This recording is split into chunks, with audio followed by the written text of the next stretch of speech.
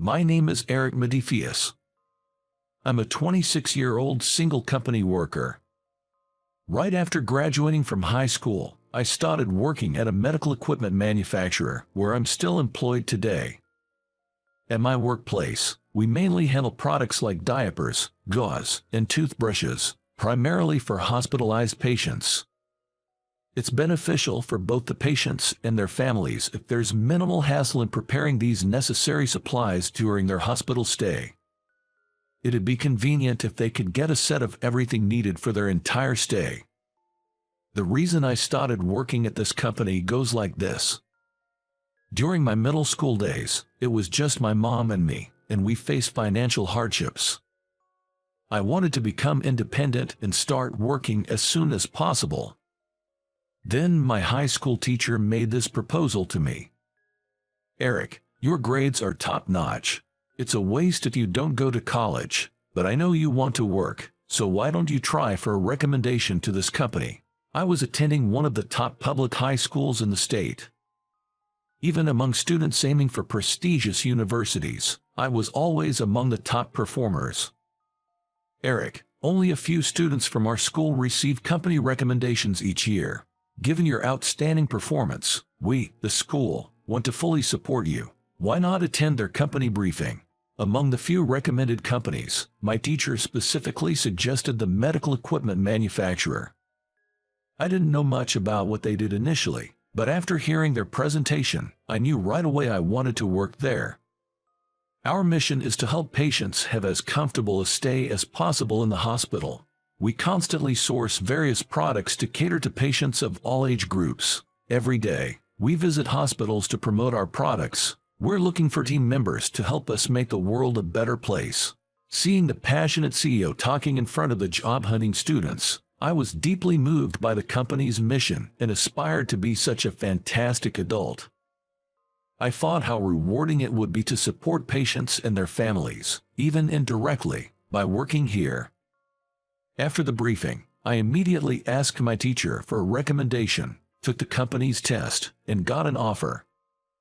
Eric, we're so happy to have such a talented person like you join us. Let's work hard together. With those words, the CEO extended his hand with a smile. Yes, I'll do my best. Shaking his hand, I was determined to be a responsible adult.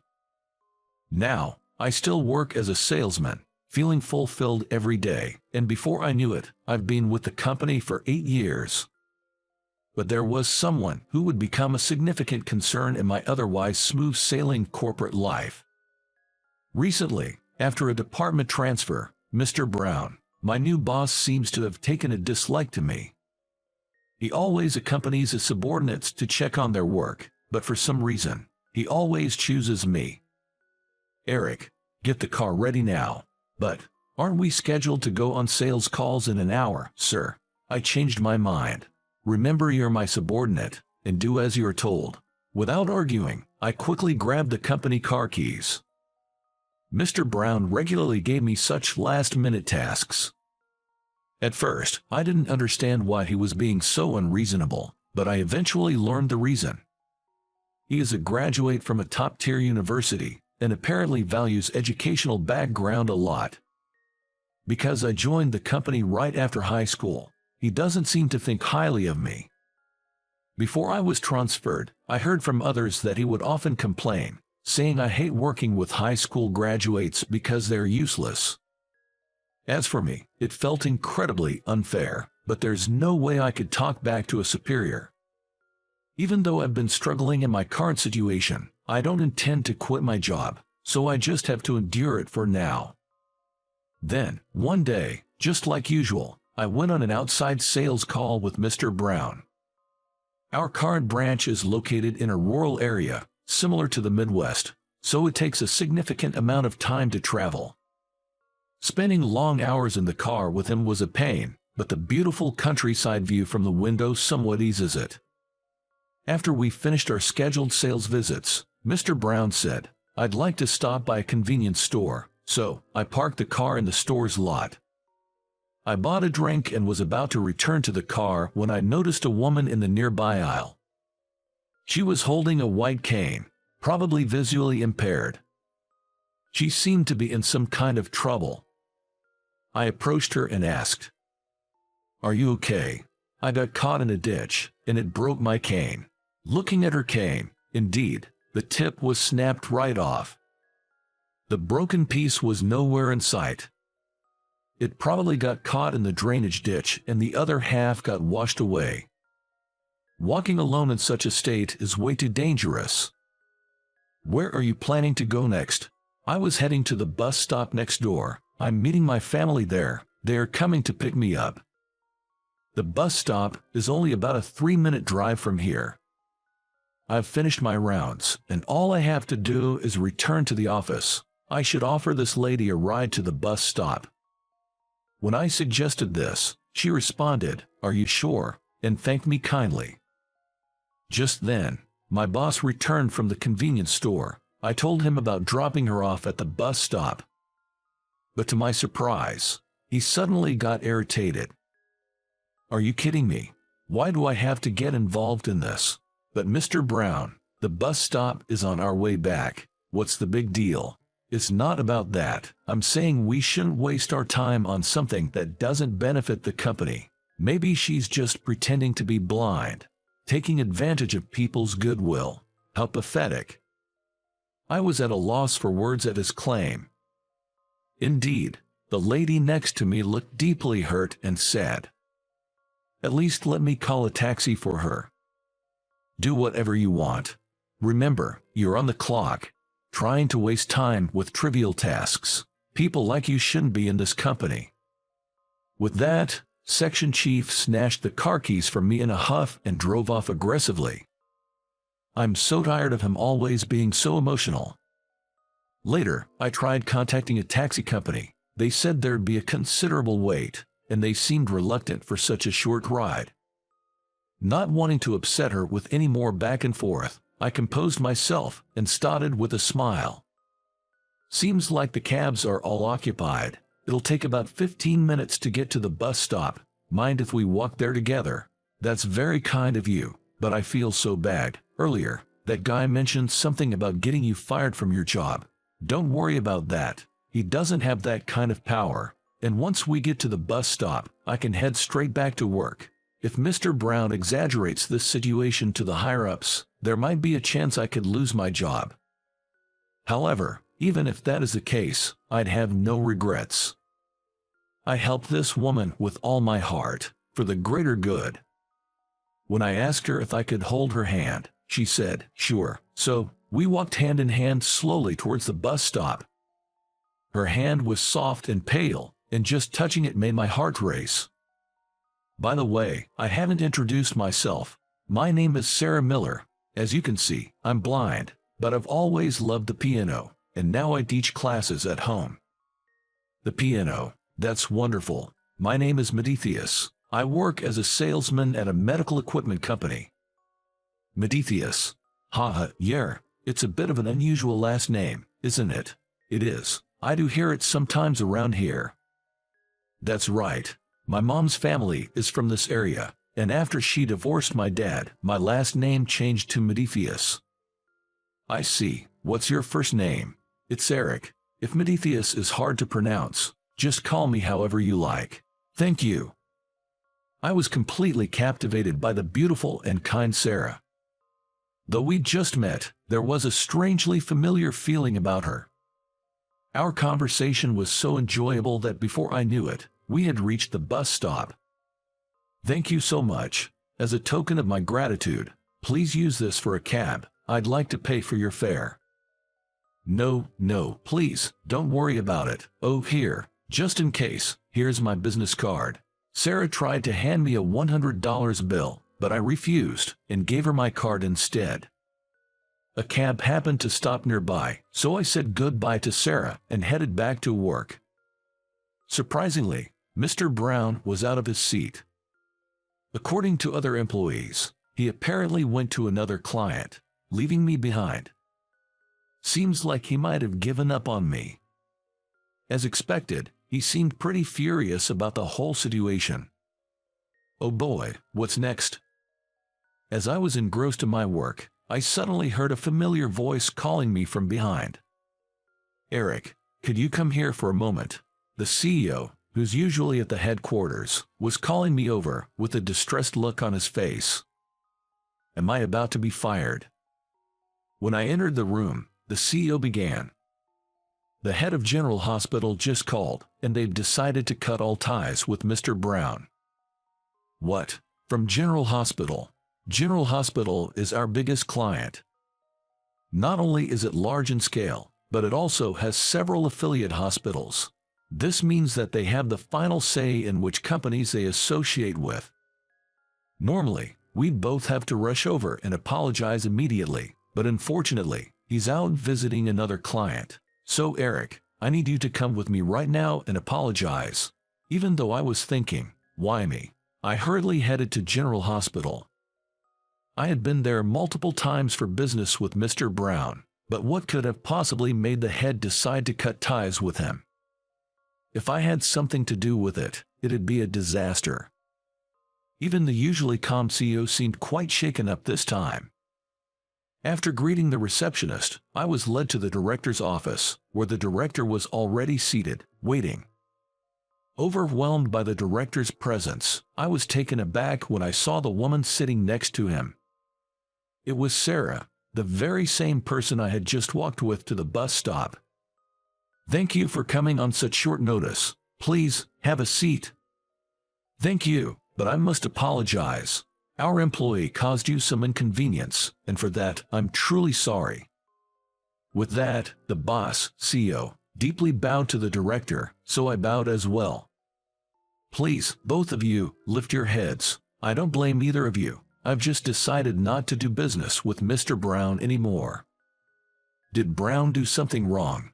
Actually, earlier today, my daughter met Mr. Brown and you, Eric, when she was out. Her cane broke, and you kindly escorted her to the bus stop. I truly appreciate it. I'm deeply sorry for the inconvenience back then. Thanks to Eric, I was really saved. Come to think of it, the director's last name was Miller, just like Sarah's. I hadn't imagined they were father and daughter. CEO seemed shocked by the turn of events. I feel like Eric has been really kind to her, and I'm truly grateful for that. Oh, it's no big deal. I just did what was expected. If I could be of any help to Sarah, that's all that matters. Yes, but unfortunately, my daughter mentioned that Mr. Brown made an insensitive comment towards her. Yes, he mocked me pretending to be disabled and said it was pathetic to rely on the kindness of others. Did Brown really say that? I'm truly sorry. Upon hearing about his behavior, the CEO was visibly angered, his face turning red. From the CEO's perspective, who has a strong sense of justice, Mr. Brown's actions were absolutely unacceptable. There's no need for the CEO to apologize. However, I do have one request. Please remove him from our business. We don't want someone with such a mindset towards people with disabilities to be involved with our hospital. Instead, please assign Eric to be our point of contact. I second that request. Eric is very considerate, and he'd be perfect for the sales role. My daughter feels the same way. CEO, please consider our request. I understand. I can't send someone I don't trust to represent our company to the hospital. The CEO looked at me, silently seeking my opinion. I promise to do my best. I'm looking forward to working together, I confidently declared. Never in my wildest dreams did I expect things to turn out this way. After that, things escalated rapidly. First, Mr. Brown got into big trouble over this incident and was suspended by the higher-ups. Given that his actions might have cost us a major deal, his suspension was justified. The CEO and other executives tried to contain the situation by making an unexpected personnel change, sidelining Mr. Brown to a less significant role. But in the end, it seemed too uncomfortable for Mr. Brown to stay at the company, and he decided to resign voluntarily. After leaving, he tried to find a new job, but it didn't work out well. Eventually, it seems his family grew tired of his antics. His wife and kids left him, and now he lives alone in loneliness. Looking back at his behavior, I personally think he got what he deserved. By the way, I became a sales representative for the General Hospital. While working hard, there was an unexpected turn in my relationship with Sarah. From our first meeting, I was deeply attracted to her. However, a shocking truth came to light. One day, I was invited to Sarah's home. Upon entering, I felt a strong sense of déjà vu. Wait a minute. For some reason, I felt I had been here before. As I was lost in this strange sensation, Sarah, with a smile, said, "Haha, seems like you finally remembered, Rick." Rick? Huh? Oh, a memory from my past suddenly flooded back to me. When I was 7, my parents got divorced, and my mom took me back to her parents' place in Nebraska temporarily. Back then, I often played with a childhood friend, a girl. Her name was nicknamed Sally, and she was such a sweet girl. My mom, fleeing from my dad, came back to her family home with me. I remember feeling the heartbreak as a child back then. But what filled that void was the fun times I spent with Sally. Her kindness, I wonder how much it helped me. I really liked Sally. Once again, I looked at Sarah's face. "Sally, I'm sorry, I just realized it's you. It's okay. No wonder you didn't notice. I used to be able to see a bit back then, but my vision got worse over the years. It was only when I heard the name associated with Rick that I realized you're Rick. But no matter how much time passes or how much we change, our relationship hasn't changed a bit, right? Of course, I still like you, Sally." It was natural that, meeting her again after 19 years, I fell in love with her all over again. "I love you too, Rick. I really do." Tears welled up in Sally's eyes as she spoke. Filled with happiness, I gently embraced her. And so, we began dating and now frequently go out on dates. Today, after a long time, I visited my grandparents' house with Sally. My grandparents were delighted that Sally had come to visit again. We used to play at my grandparents' house a lot when we were kids. Suddenly, I remembered something and asked Sally, "Sally, do you remember burying that time capsule?" "Oh, yeah, I remember that. I'll try to dig it up and find it. But honestly, I didn't expect to find it easily since it was buried 19 years ago." However, at that moment, my grandmother, who was gardening, found something hard near the chrysanthemum. When I dug there, it was undoubtedly the time capsule we buried that day. "I can't believe we actually found it. Look, this is what I was searching for." Saying that, I took out a beaded ring from the capsule. The ring, made in elementary school, was clumsy and too big for Sally's finger when she was 7. Even though it was a clunky ring, I desperately wanted it. I slid the ring onto Sally's finger and repeated the words I said 19 years ago. "I love you more than anything in the world, Sally. Will you marry me?" To my surprise, the ring fit perfectly on Sally's ring finger now. With tears in her eyes, a surprised Sally said, "Of course." That simple beaded ring from our elementary school days looked incredibly beautiful on Sally as she wiped away her tears.